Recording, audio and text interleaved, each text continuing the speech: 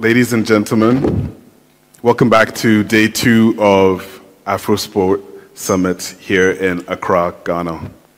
My name is John Boafo, and I'll be leading the next conversation this morning on contextualizing digital broadcasting in Africa. Is OTT a realistic, viable, alternative income source? So many of you guys might wonder, what is OTT? Is it food? Is it a new sport? Or maybe it's one of those acronyms that marketers like me use to confuse the rest of the world. OTT is simple. OTT just stands for over the top. Basically, OTT is when content providers deliver media directly straight to the user via the internet without using channels like traditional TV. So when you think of OTT, simply think of platforms like Netflix. To discuss the topic today, we put together a world-class panel, an international panel with a wealth of experience in sports. Ladies and gentlemen, help me welcome the members of our panel today. Our first guest is the CEO of Botswana Football League, Mr. Senzo Mbatha. Welcome, welcome. Our second guest doesn't need much introduction in the Ghana sports ecosystem. He's the former CEO of Asante Kotoko, Mr. Amponsah.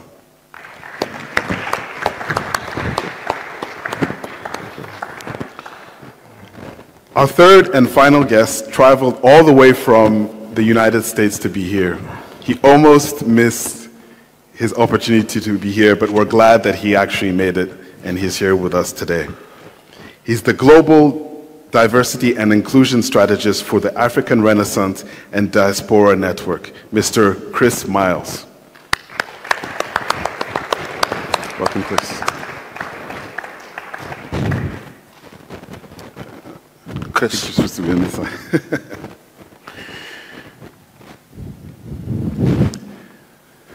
All right, welcome, gentlemen. Let's jump straight in. Senzo, you get the first question. So as the CEO of Botswana Football League, how do you perceive the potential for OTT broadcasting in Africa, considering the high internet costs and economic challenges that some of our countries face? First of all, I think we should commend the strides that technology has seen our sport achieve over the years. You know, unfortunately or fortunately, you know, as we are copying, or rather doing what the Europeans or Americans are at advanced in terms of hello? I think it went up. Just give me a mic. Oh, yeah. I'm back. So in Africa, we have a potential of using the OTT as a platform to generate some revenues for our product, in our case, in the league. However, that comes with a lot of challenges because, you know, the internet infrastructure in Africa is not as strong as it is in the other parts of the world. We've got high cost of internet that comes with the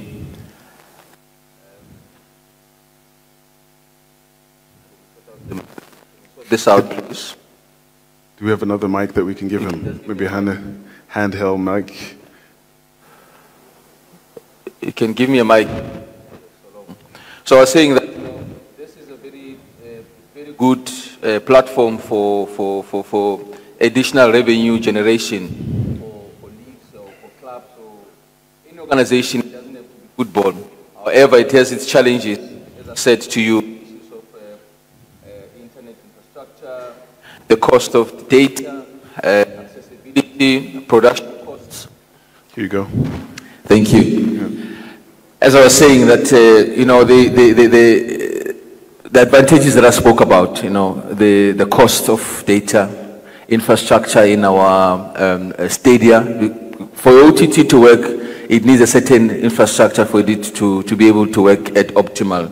But looking at the positives, there are a number of technologies which are out there that can assist clubs and especially the leagues, especially when you have a collective contract where your broadcast, it's a shared sort of a split. You split your revenue amongst all your clubs that are playing in the league. So there are a lot of opportunities that one can explore. But as I said, it needs a lot of thorough planning and understanding the environment you're operating in. Yep, thank you for your answer. We'll go over to you, Nana Yao. Like I mentioned earlier, you're the former CEO of Asante Kotoko. You were the CEO when the team launched Kotoko TV in 2020 in partnership with the OTT platform Seek. How does a club in Africa ensure that OTT content appeals to fans across age groups and demographics? Thank you very much. First and foremost, in every sport or every event, you need to understand that the number of people within the arena are not your full followership. That there are several other people interested in the event who need to catch a glimpse of the event without necessarily being in the arena. If you take the Accra Sports Stadium just behind us, the total capacity is about 40,000.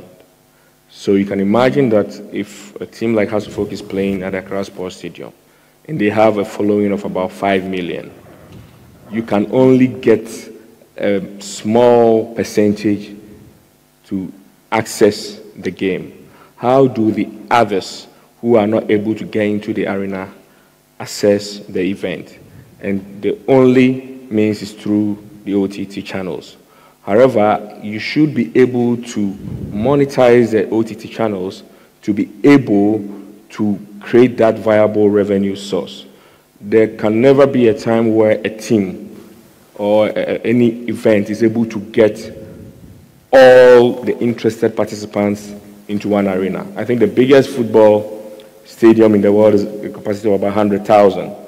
I have been to a game in Morocco where a team like Raja Casablanca had the stadium filled to capacity, and the fans behind the stadium were more than those in the stadium.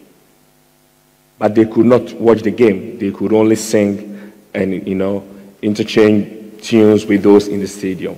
However, if you are able to create an avenue where even fans outside the jurisdiction of the event venue can access the event, then that is a better way of monetizing your product. For instance, if somebody is going to come to the Accra Sports Stadium, pay for transportation, come all the way from a venue that is far and spend, let's say, a total of $10 to get to a game. And the same person can say, okay, I'm going to have access to the game. Instead of coming all the way from Takoradi or Cape Coast to Accra, I can pay $2.50 to access the game. They will choose that alternative.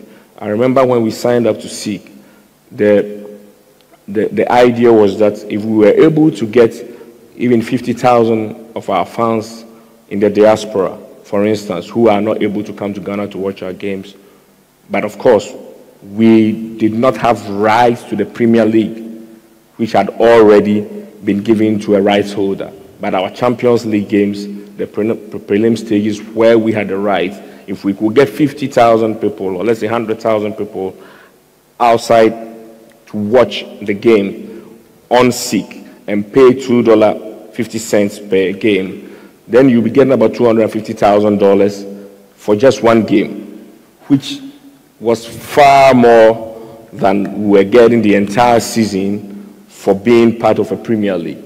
For instance, if you ask any Premier League club currently how much are they making from the TV rights, it's about $30,000 per season. However, a club like House of Folk, Asante Kotoko, could make that in just a single game if they had rights to, access, or monetize these games through the OTT. Of course, it's a broader conversation when you have other clubs involved.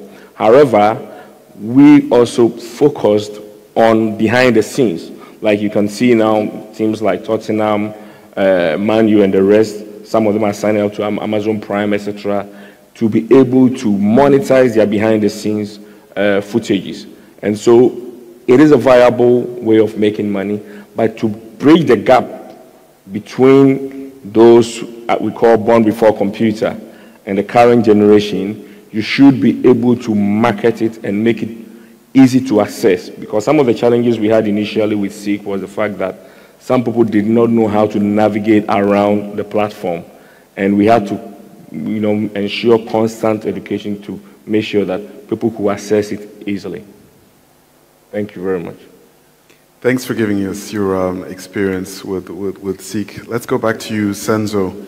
This morning you mentioned the fascinating discussion we had yesterday about fan engagement. My question to you is, what strategies do you think African sports teams and leagues can use to leverage OTT as a viable platform to reach and engage the fans? It's a very loaded question, if you think about it. I think my audience will agree with me. We're still grappling with the understanding of the OTT itself. How do we access it? What platforms are there for it? How do we ensure that legally we are protected? How do we ensure that we don't infringe on people's rights? Just before I answer your question, my colleague on the left spoke about the rights that have already been sold to the main broadcaster for all the 16, 18 clubs in Ghana.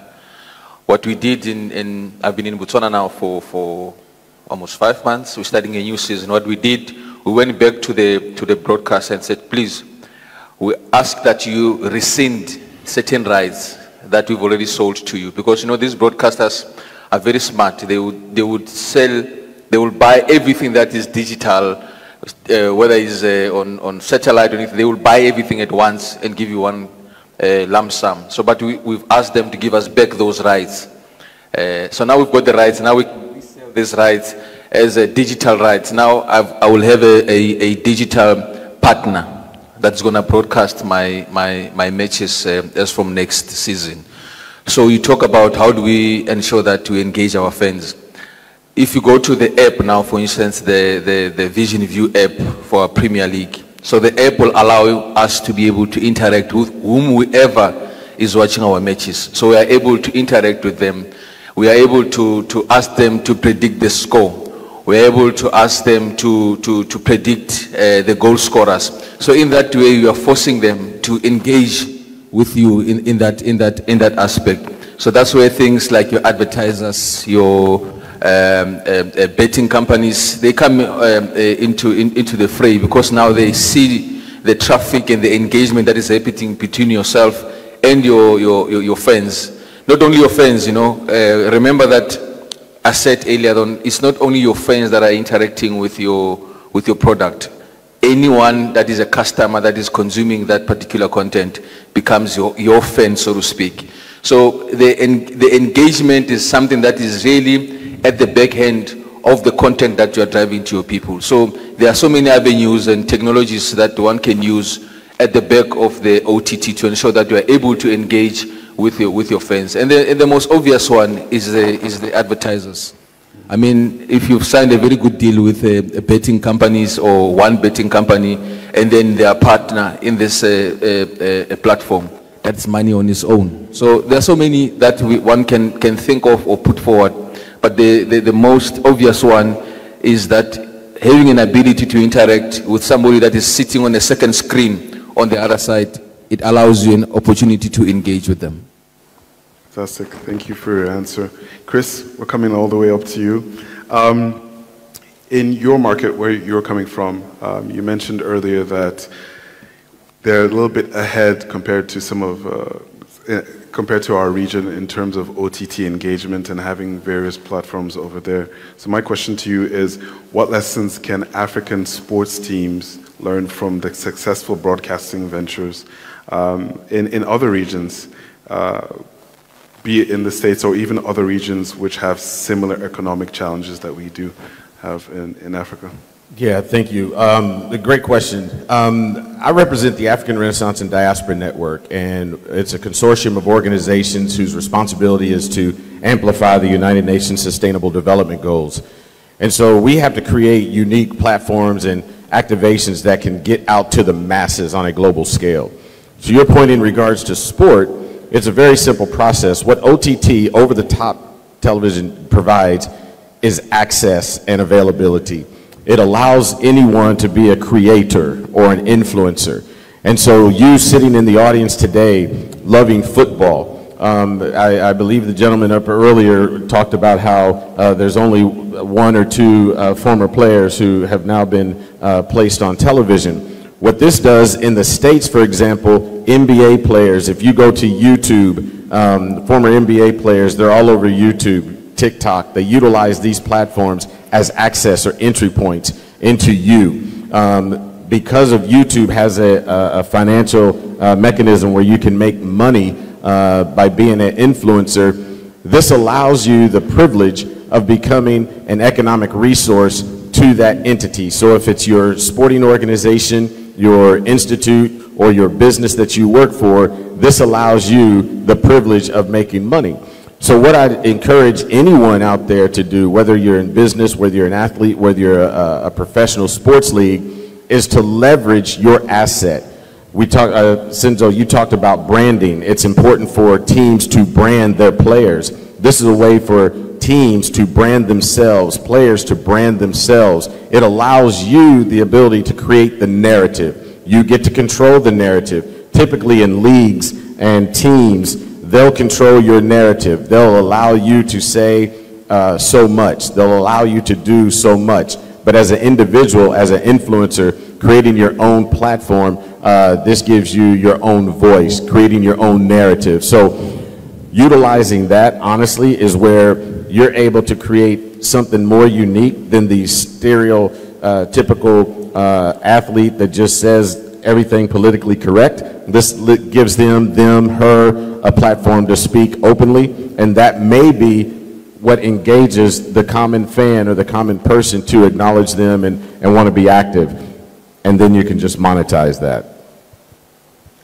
Nana Yao, earlier you were talking about your experience working as the CEO of Asante Kotoko, and you mentioned the fact that at the launch of Kotoko TV, one of the reasons why you guys launched that was also to be able to reach out to your diasporan fans. How do you tackle the challenge of sometimes low disposable income of more of the local fans as potential subscribers for these OTT platforms, while also being able to offer compelling content on your OTT platform? Because producing good content also it comes at a cost. Sure, thank you very much.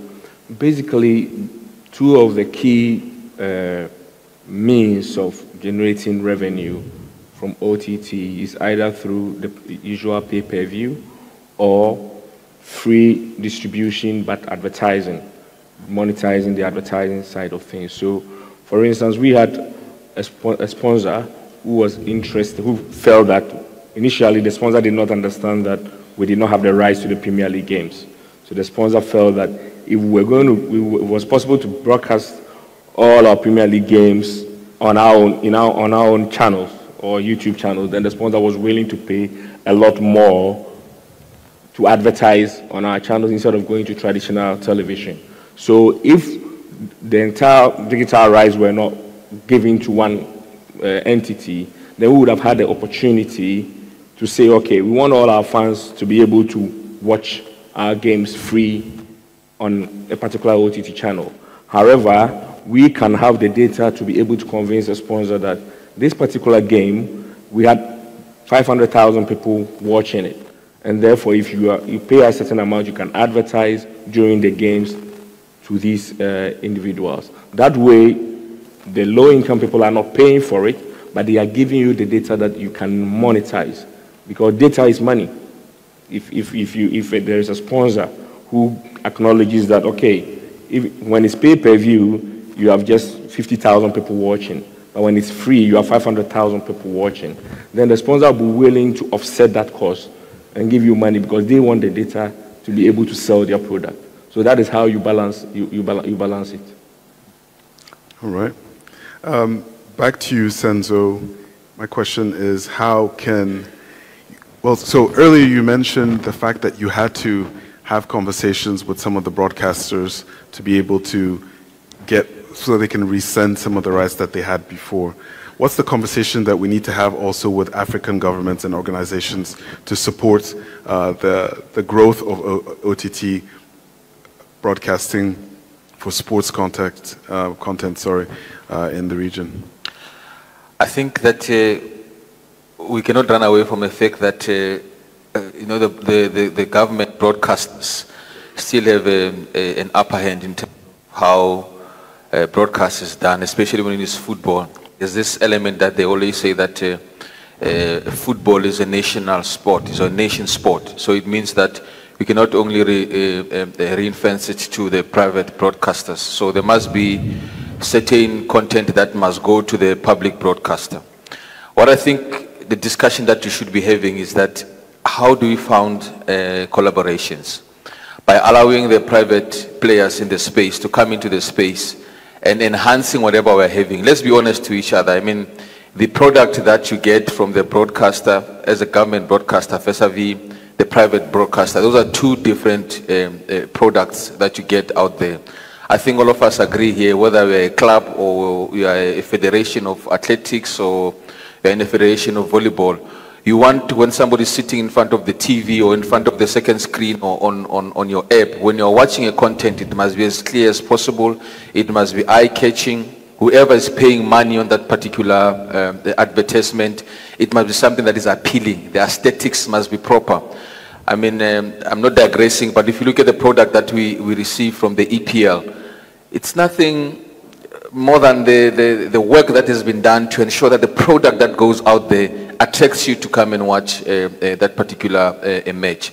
So I think we should start having those discussions and say, you have your limitations in terms of the broadcast. How do you ensure that we work together to ensure that the quality of the production is at a level whereby all of us can benefit as a broadcaster, as a club, or as an advertiser going forward, you know. And I must say that today we talk about this topic of OTT as a topic that is easy to do. We must be honest that there's a great deal of work that needs to be done around the infrastructure, about around the strength of the internet itself, you know, the reach. You know, can you really broadcast and somebody in the remote areas, can they access that particular content? So for me, it's sitting around the table and agreeing how best do we ensure that everybody benefits from it. Because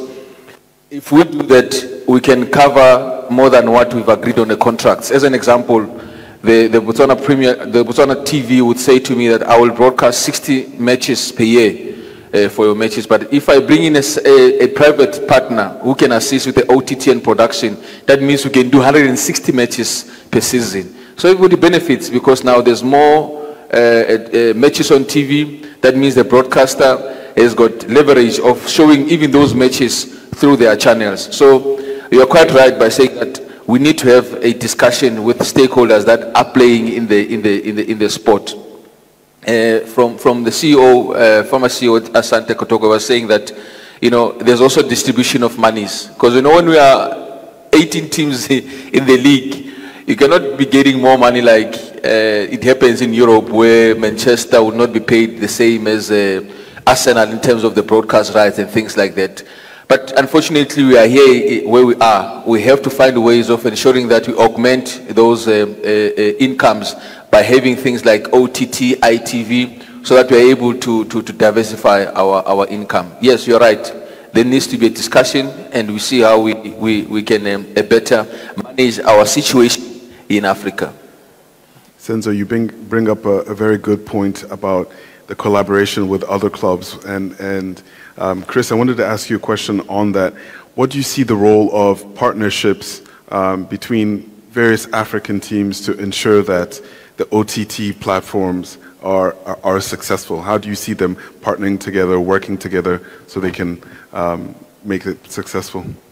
You know, that's an interesting question, but more importantly, it's almost more of a, for lack of a better term, a more political question, because you have to have all those teams willing to embrace that platform, right? So for me, I look at OTT as individualism. I look at it as an entrepreneur platform. As we just stated, you know, if you do a on-demand game, you can have 50,000 in the stands, you can have 50,000 online, but then the game is over, so you secured 100,000 viewers, right? But at the end of the day, everyone wants to know the backstory. Everyone wants to know what the player did, what he said. That's why they have press rooms to go and see what the media is able to drum out and pull out of these athletes. I don't know if it's an easy solution for a team or a league to really come together and collaborate to be better, in my opinion. It's unique in this sense. In the States, for example, we have so many different